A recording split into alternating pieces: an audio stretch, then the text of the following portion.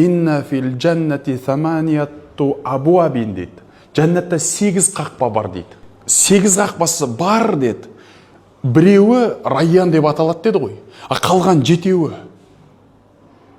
Неге айтпасқа сол? 7-еуін де айтайық.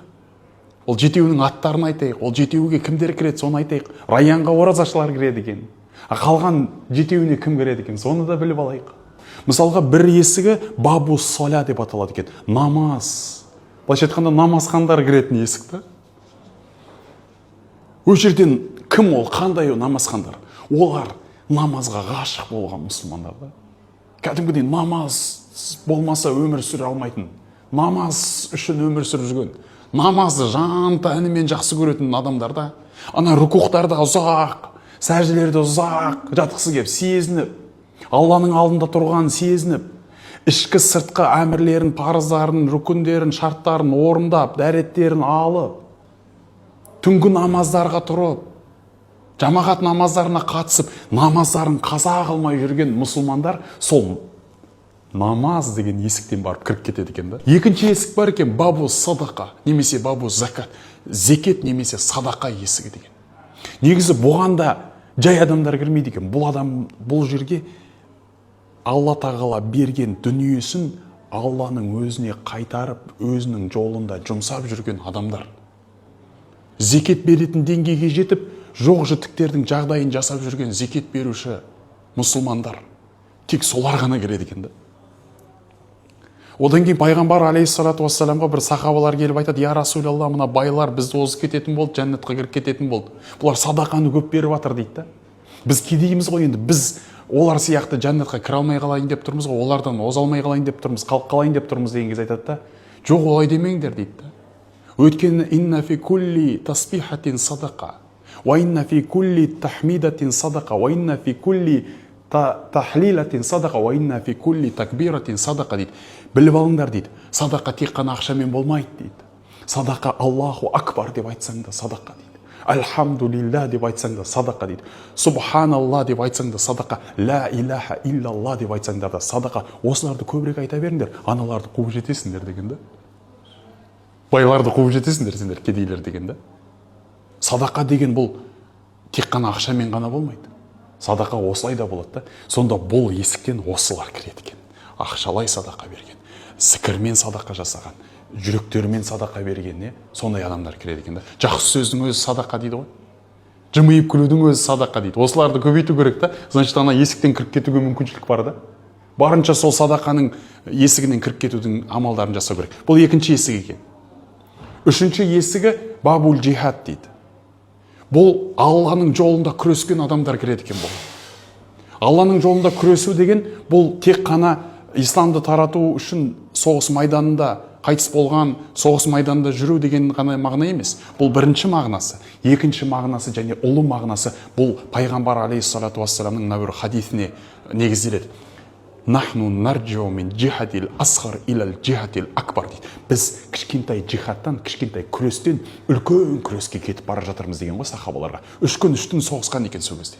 Сол кезде айтқан ғой: "Я Расулалла, мынадан артық қандай соғыс болуы мүмкін?" деген кезде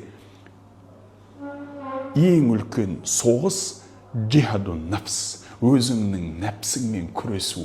Бұл өлгенше, мына жаның алқымнан шығып кеткенге дейін жалғасатын күрес деген да. Өзіңмен күрес өлгенше дейді ғой шәкәрім атамыз. Сол өзіңмен күрес өлгенше деген сөз, мына пайғамбардың айтып отырғаны осы күресу. Алланың жолында күресу. Осы Алланың жолында нәпсімен күресіп өткендер, және де Алланың жолында соғысқандар, бұлар ертең иншалла неге кіреді? Осы есіктен кіреді да. Бабул джихад деген есіктен кіреді дейді. Төртіншісі бабу райян. Оны жаңа айттық. Бұған тек қана ораза ұстағандар ғана кіреді дейді. Енді мына үш есікті қарайық. Мына үш есік ерекше есік.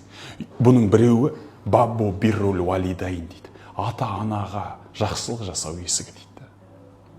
Бұған ата-аналарын мәпелеп, ата-аналарын әкетай деп, ата-аналарын анашым деп, әке шешесінің қадіріне жетіп, батасын алып, дұғасын алып кеткен адамдар сол есіктен кіреді екен да. Тек олар ғана кіреді, басқа ешкім кірмейді ол есіктен. Сол ата-аналарына қызмет жасағандарға арналған да ол. Тек қана соларды ғана шақырады екен, ашады да, соларды ғана шақырады. Одан кейін тағы бір есік бар екен. Мына есік басқалардан ерекше есік бұл. Мына есік басқалардан ерекше есік. Бұл есіктің аты Айман екен. Бабу Айман.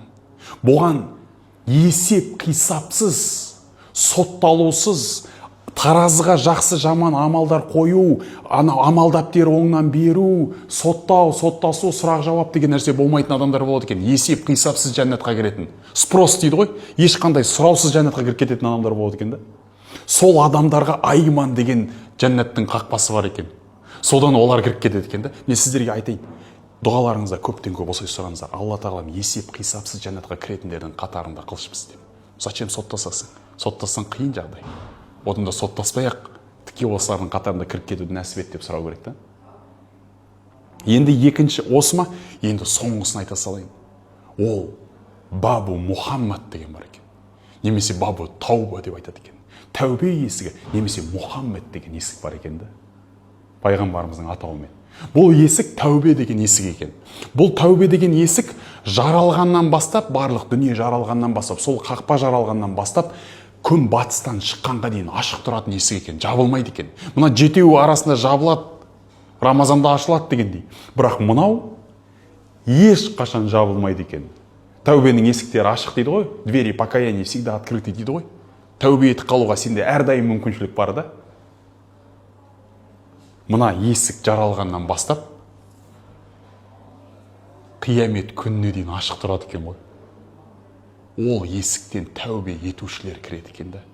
Люди, которые каятся, күнәларына шын жүректен кешірім сұрап, көз жастарын бұлақ қылып төгетін адамдар сол есіктен кіріп кетеді екен да. Бірақ ол есік жабылмайды екен. Ол ашық тұрады екен. Мүмкіншілік қой кәдімгідей. Және де тағы да бір есік бар. Бұл есікті Бабул Хадж дейді. Қажылық есігі. Бұған қажылыққа барғандар, умра жасағандар, сол қажылықтары қабыл болған адамдар кіреді екен да. Міне жігіттер, Райян деп айтып жүрді, бірақ мына жетеуін айтпай жүрді да көбінесе. Міне жетеуін айтып шықтық біз. Бұны да біле жүру керек та. Бізге не ғой бұл? Тырысуға, мотивацияда намаз есігінен кіріп кетуге, садақа есігінен кіріп кетуге, бәріміз енді жәннатты үміт етіп жүрген балаларымыз ғой. Жаңағы нәпсімен күрес деген есіктен кіріп кетуге, ата-анаға құрмет көрсету деген есіктен кіріп кетуге, тәубе есігі, Мұхаммед деген есіктен кіріп кетуге бізде мүмкіншіліктер бар да. Қажылық есіктерінен кіріп кетуге мүмкіншіліктер бар. Садақа есіктерінен кіріп кетуге, жаңа зікірлерді айтып жүріп ақ, иншалла. Одан бөлек те ақырындап жасырын садақалар беріп қойып ше.